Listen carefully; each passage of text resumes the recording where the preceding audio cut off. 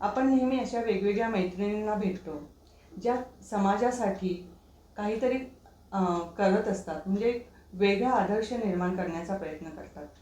म्हणजे त्या छोट्या जागेमध्ये काम करत असतील किंवा मोठ्या जागेमध्ये काम करत असतील, परंतु त्यांचं कामाचं स्वरूप हे नेहमी समाजाला उपयोगी असं असतं. आज आपल्याकडे एक अशी मैत्रीण आली आहे जिचं नाव आहे डॉक्टर वर्षा वलते. तर ती काय काय काम करते, ती डॉक्टर कशी झाली, तिच्या आयुष्याचे फंडे काय आहेत, हे आपण जाणून घेऊया. नमस्कार. नमस्कार.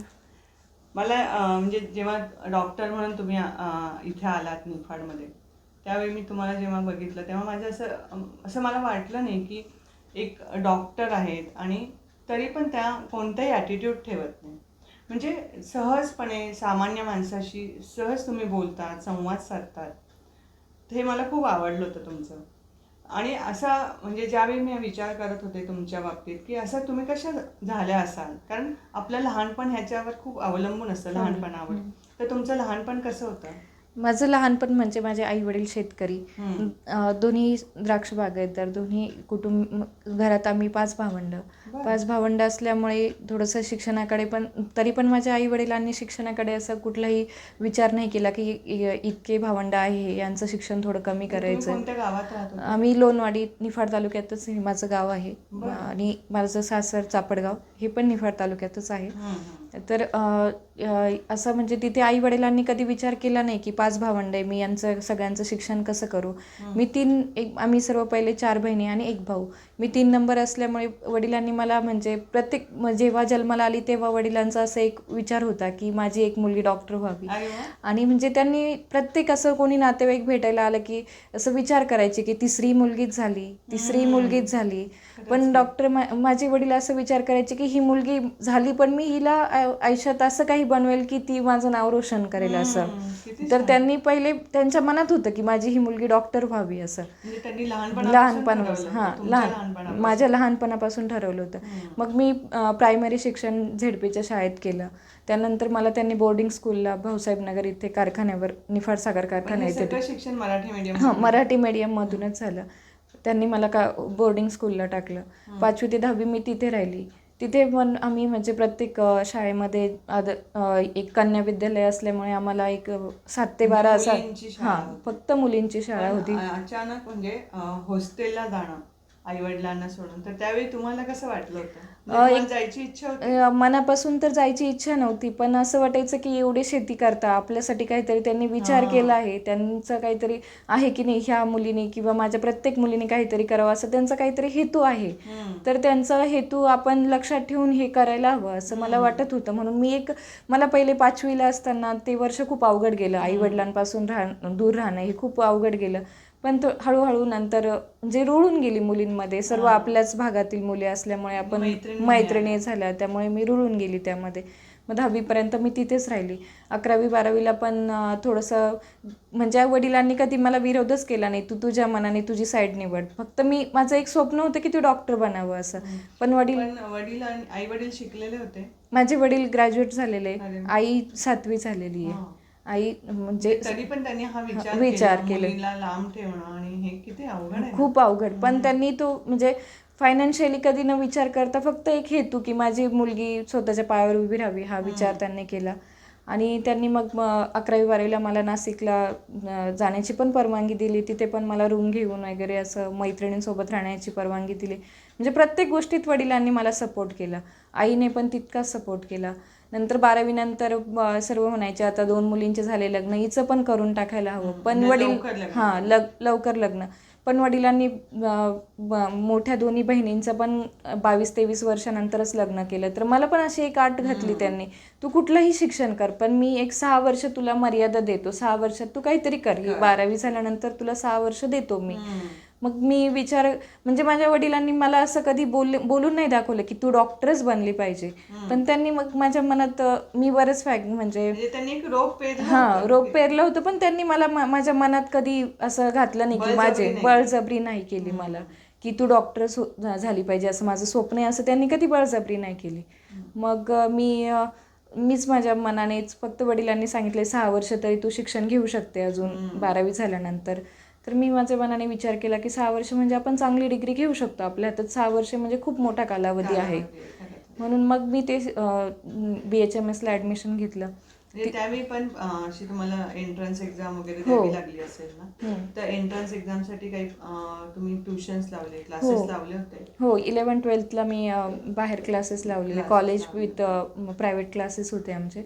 बच्चो क्लासेस म्हणून तुम्ही आहे. BAMSच व्हायचं ठरवलं होतं? नाही, मी असं म्हणजे ॲक्च्युली माझं थोडंसं बाकी घरात असं वडील लहान असल्यामुळे, बाकीचे कझिन्स माझे थोडे मोठे भावंड असल्यामुळे पण मला कोणाचं गायडन्स नाही भेटलं.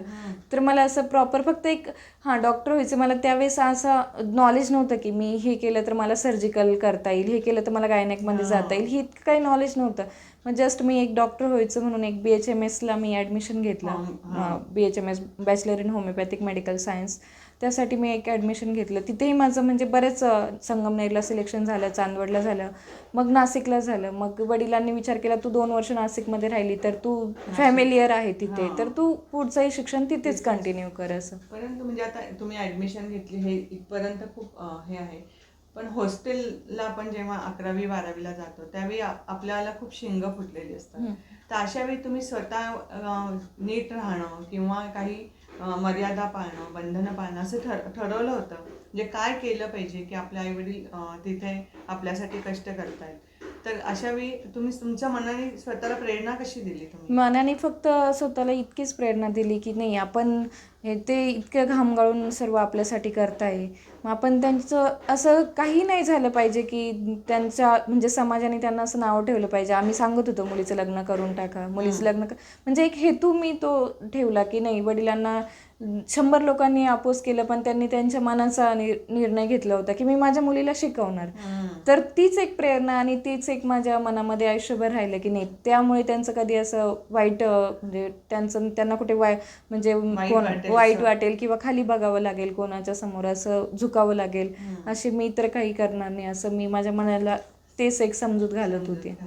पण BHMSला तुम्ही म्हणजे तेव्हा पण तुम्ही हॉस्टेलला? हो, तिथे पण मी म्हणजे इवन दो मी माझं 2019मध्ये लग्न झालं, म्हणजे ज्या वेळेस एंगेजमेंट झाली ते 2 महिने एंगेजमेंट टू लग्नाचा जो पिरियड, ते 2च महिने मी घरी राहिली. तर तोपर्यंत मला म्हणजे बोर्डिंग आणि हेच हॉस्टेल आणि म्हणजे तुम्ही 5वी पासून हॉस्टेलला राहत होत्या. आणि वयाच्या कितव्या वर्षापर्यंत? वयाच्या मी जवळ 26व्या वर्षापर्यंत मी तिथे होते. आणि आता अशा वेळी प्रश्न येतो की मग तुम्ही घरातली कामं शिकले कशी? घरातली कामं म्हणजे मला कधी शिकवलीच नाही. 2 बहिणी मोठ्या असल्यामुळे मला कधी माझ्यावर ते वेळच आली नाही. त्यानंतर माझी एक लहान बहीण पण आईजवळ राहिली, मग ती पण असं 6वी-7वी पासून आईला मदत करायला लागली. दोन्ही बहिणींचं लग्न झाल्यानंतर मला ती वेळच नाही आली. मग मी जो 2 महिन्याचा माझ्या एंगेजमेंट टू लग्नाचा जो कालावधी होता, त्या कालावधीत मी तेवढं शिकली. पण तेही एक शेतकरी असूनही माझ्या वडिलांनी डॉक्टर घराण्यात मला दिलं, शेतकरी कुटुंबातच दिलं. तिथे त्यांनी ठामपणे सांगितलं की माझ्या मुलीला स्वयंपाक ही गोष्ट येतच नाही, घरकाम हे येतच नाही, तुम्हाला थोडं एखादं वर्ष तिला हँडल करावं लागेल. आणि तेही मी घरकाम हे सगळं सासरी शिकले, माझ्या सासरच्यांनीच मला ते शिकवलं सर्व. म्हणजे घरकाम किंवा स्वयंपाक हे सगळ्यांनाच यायला पाहिजे, म्हणजे स्त्री असो की पुरुष असो, कारण आपल्या सगळ्यांना खायला लागतं. हे कौशल्य आहे, सगळ्यांनी आलंच पाहिजे. हो, बरोबर. चांगलं आहे. आणि पण आता म्हणजे लग्न झालं तर लग्न ठरवताना तुम्ही काही स्वतः विचार केला होता का? मी स्वतः असा विचार केला होता, म्हणजे वडिलांनी फक्त एकदा सांगितलं होतं की वाटतं की म्हणजे कधी कधी त्यांच्या असं काही आता शेतकरी कुटुंबातले असल्यामुळे त्यांना वाटायचं की इंजिनियर मुलगी मग इंजिनियर मुलगा पाहिजे, डॉक्टर मुलगी मग डॉक्टर पाहिजे, असं एक त्यांच्या मनात इच्छा होती की माझा जावई डॉक्टर पाहिजे. मी त्यांना फक्त एक सांगितलं, तुम्ही जो मुलगा चॉईस करणार मी त्याला हो बोलणार. असं काही नाही की माझं काही म्हणजे मी तुम्हाला सांगेल की विरोध करेल. पण एक तो पण असा वेळ आला की म्हणजे ते कुठेतरी आमचं भगवान म्हणतो ना की आपण त्याने जुळवून दिलेलं. सर पण म्हणजे आम्ही दोघंही एका शाळेत शिकलेलो आणि असं म्हणजे पण आम्ही एकमेकांना कधी भेटलेलो नाही, पण एका शाळेत शिकलेलो आणि शेतकरी कुटुंबातला मुलगा डॉक्टर असं भेटल्यामुळे मी त्यांना अपोज पण केलं नाही. आणि मीही सॅटिस्फाय होती की त्यांच्या चॉईसच्या पुढे मी पण सॅटिस्फाय होते. लग्नाच्या आधी एकमेकांना भेटले होते? हो, भेटलेले.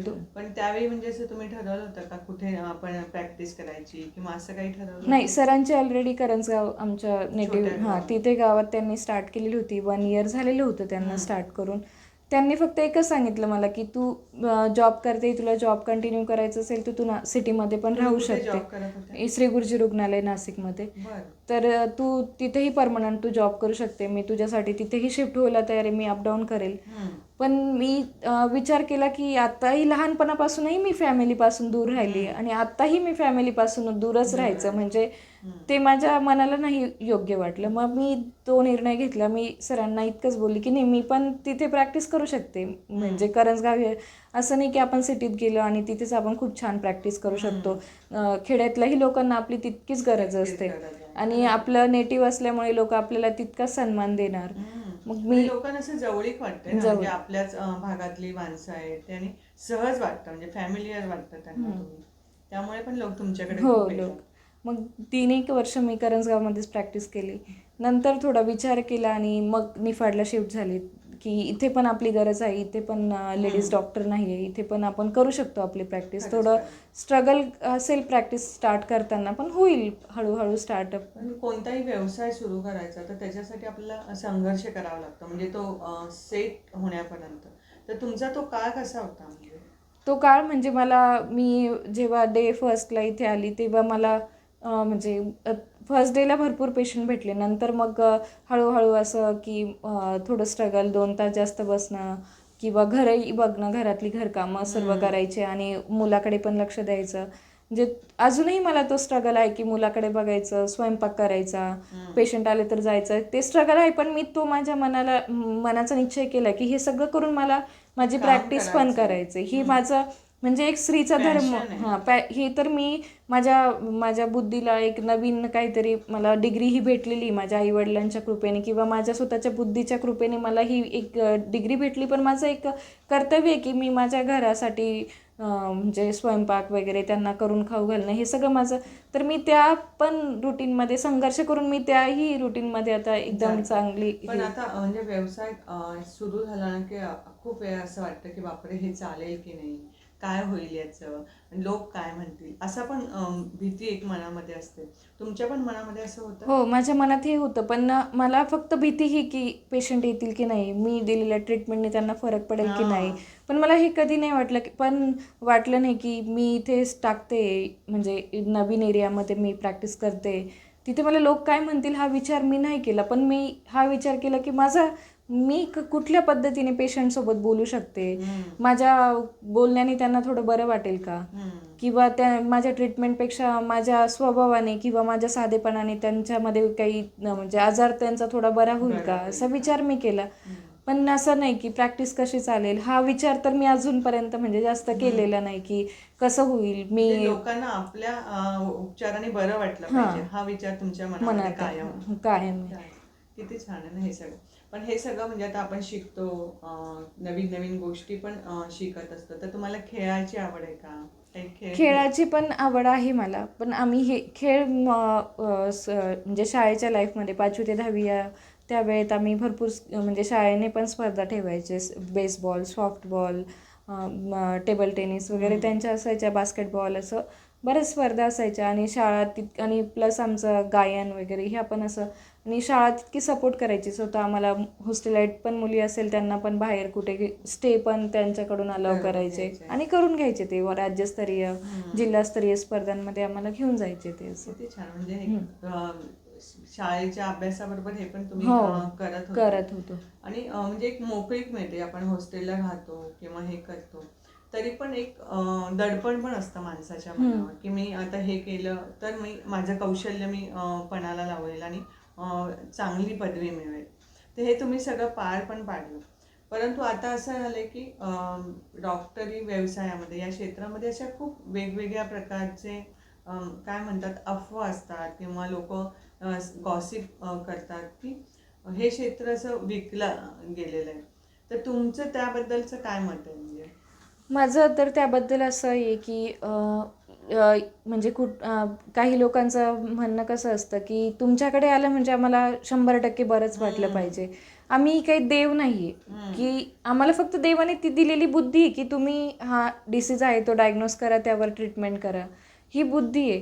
पण म्हणजे ती दिलेली बुद्धी आम्हाला देवाकडून मिळालेली एक बुद्धी आहे. पण ते अभ्यास केलाय, त्यासाठी आम्ही अभ्यास केलाय. तर म्हणजे विकलं गेलंय हे लोक बोलतात तर थोडं मनाला वाईट पण वाटतं खरंच की आपण रात्रंदिवस 6-7 वर्ष वयाचे 10 वर्ष अजूनही आपण शिकतोच आहे. हो, म्हणजे कारण प्रत्येक पेशंटकडून आपण म्हणजे ते फक्त आपण प्रॅक्टिकली थेरॉटिकली शिकले पण आज प्रॅक्टिकली आपण शिकतोच आहे. प्रत्येक पेशंट आमच्यासाठी हा नवीनच असतो. नवीनच आणि सारखे नवीन आजार पण येत आहेत. नवीन आजार येत आहे.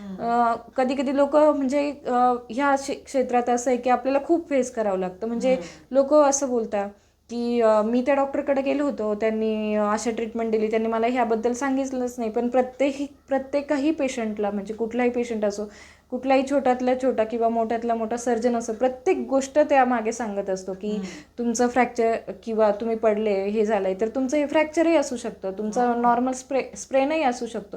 पण पेशंट कसं असतं, एखाद्या डॉक्टरकडे गेलं त्यांना कधी तो काही देव नाहीये, कधीतरी तुम्हाला त्याच्याकडून फरक पण नाही पडणार. नाही, आणि पण तुम्ही काय सांगता त्यानुसार तो देणार आहे ना हां, औषध, काय असं सांगता पण नाही. त्यानुसार देणार. पण आजकाल लोक कसं म्हणजे हे क्षेत्र विकल्या गेले हे तर मान्य आहे, पण ही गोष्ट तितकीच आम्हाला वाईट वाटते. पण ही गोष्ट आम्हाला पेशंटकडून वाईट वाटते की ते एका आजाराबद्दल खूप म्हणजे कधी कधी खूप बाऊ करता आणि आपण कधी कधी म्हणजे छोट्याशा आजाराबद्दल खूप बाऊ करता आणि कधी कधी इतकं मोठं असतं की ते सिरियसनेस नसतो त्यांना. त्या lightly गोष्टी घेतात ते. खूप लाईटली घेता की म्हणजे त्यांना त्या गोष्टीचा पण सिरियसनेस नसतो. म्हणजे आता जरी अशा हे लोक बोलत असतील तरी पण मला नेहमी असं वाटतं की या क्षेत्रातही अजून खूप चांगली माणसं आहेत. हो, त्याचमुळे तर हे जग चाललंय ना, जग नाही तर असं चालूच शकणार नाही. चालू शकणार. आणि तुमच्यासारखी आता कितीतरी अशी माणसं आहेत की जी छोट्या गावामध्ये राहतात आणि इथे असं उत्पन्नाचं खूप मोठं साधन नाही डॉक्टर असणं, म्हणजे की तुम्हाला सतत काहीतरी संघर्ष करावा लागतो, कष्ट करावे लागतात, अनेक वेळा वेगवेगळ्या वेळी लोक बोलवतात, हो, तरी पण तुम्ही ते जात असतात. आणि त्याची म्हणजे दखल लोक घेतातच असं पण नाही ना, नाही. त्यामुळे पण त्याचा त्रास होत असेल. त्याचा पण खूप म्हणजे मानसिक त्रास होतो. कधी कधी असं वाटतं आपण एवढं आपल्या फॅमिलीला सफर करून आपण त्यांच्यासाठी 24 तास देतोय, कधी पण जातोय 24 तास देतोय, पण तितकं लोकांना ते इम्पॉर्टन्स नाही आहे की एवढे आपल्यासाठी करता किंवा कदाचित ती लोकांची तितकी अजून मेंटॅलिटी नाही, त्यांची विचार करण्याची पद्धत तशी झालेली नसेल. पण आता असं खूप वेळा होतं की हे साधे आजार ठीक आहे, परंतु कॅन्सर आहे किंवा हे आहे तर तुम्ही त्या दिवशी मला म्हणत होतात की हे जेनेटिक सुद्धा होत चाललंय, तर त्याबद्दल पण थोडं सांगा, म्हणजे लोकांना एक जागृती निर्माण होईल की असं आपण विचार केला पाहिजे, तपासण्या कधी केल्या पाहिजेत असं एक मी स्त्रियांसाठी एक सांगते की 40 वयानंतर त्यांनी HPV म्हणजे जे आपल्या इंडियामध्ये गर्भपिशवीच्या तोंडाचे कॅन्सर हा खूप कॉमन आहे आणि एक ट्युबरक्युलोसिस हा आजार खूप कॉमन आहे. हे दोन म्हणजे कॅन्सरमध्ये गर्भपिशवीच्या तोंडाचा आणि ट्युबरक्युलोसिस एक जो म्हणजे कंजनायटल आहे असं, तर कम्युनिकेबल डिसीज म्हणू शकतो आपण याला, ट्युबरक्युलोसिसला. तर हे एक गर्भपिशवीच्या तोंडाच्या कॅन्सरसाठी आपण त्याच्यासाठी HPV म्हणून एक व्हॅक्सिन असतं आणि नेहमी एक 40 वय झाल्यानंतर मी प्रत्येक लेडीजला असं सांगू शकते की तुम्ही 2 वर्षानंतर म्हणजे ते 6 महिन्यानंतर ॲक्च्युली करायला पाहिजे, हर 6 महिन्याने. पण तितकं पॉसिबल नसेल कोणाला तर 1 वर्ष 2 वर्ष त्यांनी ते पॅप्समियर टेस्ट असतात त्या केल्या पाहिजे, व्हॅक्सिन घेतले पाहिजे. वेळोवेळी आपल्याला थोडं म्हणजे पिरियड्स इरेग्युलर झाले किंवा पिरियड्सचा बरेच प्रॉब्लेम, कोणाला खूप ब्लिडिंग होते, कोणाला नॉर्मल ब्लिडिंग होते, कोणाची इरेग्युलर मेन्सेस होत आहे. तो पिरियड एक मेनोपॉजचा पण असतो, ज्यावेळी पाळी जाते आपली, त्याला मेनोपॉज म्हणतात. आणि तो पिरियड असाही असतो काही काही लेडीजला हे प्रॉब्लेम पण स्टार्ट होतात की तर त्यांनी तितकं अवेअर राहायला पाहिजे, त्यांनी आपल्या स्वतःची काळजी घेतली पाहिजे की आपल्या. आणि ज्यांची फॅमिली हिस्ट्री असते तर त्यांनी तर कारण ती एक पेशींचा आजार आहे, कॅन्सर हा एक पेशींचा आजार आहे, जो पेशी मल्टिप्लाय करता आणि त्याने तो स्प्रेड होत असतो. तर जितकं आपण पहिले सुरुवातीला आपल्याला काही वाटतंय, कुठे आपल्याला गाठ आली आहे, कुठे आपल्याला ट्युमरसारखं वाटतंय किंवा आपल्या फॅमिलीमध्ये अशी काही हिस्ट्री, तर लवकरात लवकर तपासण्या करायला पाहिजे. असं नाही की प्रत्येक गाठ ही कॅन्सरचीच असू शकते, पण आपण प्रत्येक विचाराने घेतलं पाहिजे असं ते. आणि चेस्टच्या कॅन्सरचं सुद्धा म्हणजे स्त्रियांनी अगदी जागरूक राहिलं पाहिजे. कारण अशा खूप वेळा असं होतं की म्हणजे कशी पण आंघोळ करून बाई बाहेर येते, पण ती आपले चेस्ट तपासत नाही की त्याच्यामध्ये काही असू शकतं, तर ती तपासणी सुद्धा तिने रोजच्या रोज केली पाहिजे. कारण वयाच्या 40व्या नंतर काही होऊ शकतं किंवा कधी कधी आधी सुद्धा होतच होतं. तर हे पण एक महत्वाची गोष्ट आणि आहे. स्ट्रेस पण हा एक फॅक्टर आहे म्हणजे हम्म. ह्या सगळ्या गोष्टींसाठी म्हणजे आजकाल महिला म्हणजे स्वतः म्हणजे स्ट्रेस खूप घेतात आणि कंपॅरिझन खूप आलेली महिलांमध्ये, ते पण थोडंसं त्यांनी कमी प्रमाणात कमी केलं केलं पाहिजे बरोबर. आणि स्ट्रेस थोडा कमी घेतला पाहिजे असं. म्हणजे आणि व्यायाम. व्यायाम पण तितकाच महत्त्वाचा आहे प्रत्येक गोष्टीसाठी, म्हणजे कुठल्याही आजारासाठी. आता आपण खूप मोठ्या महामारीला म्हणजे दिलं. सामोरं गेलेलो आहे, तोंड दिलेलं आहे कोरोना ह्या.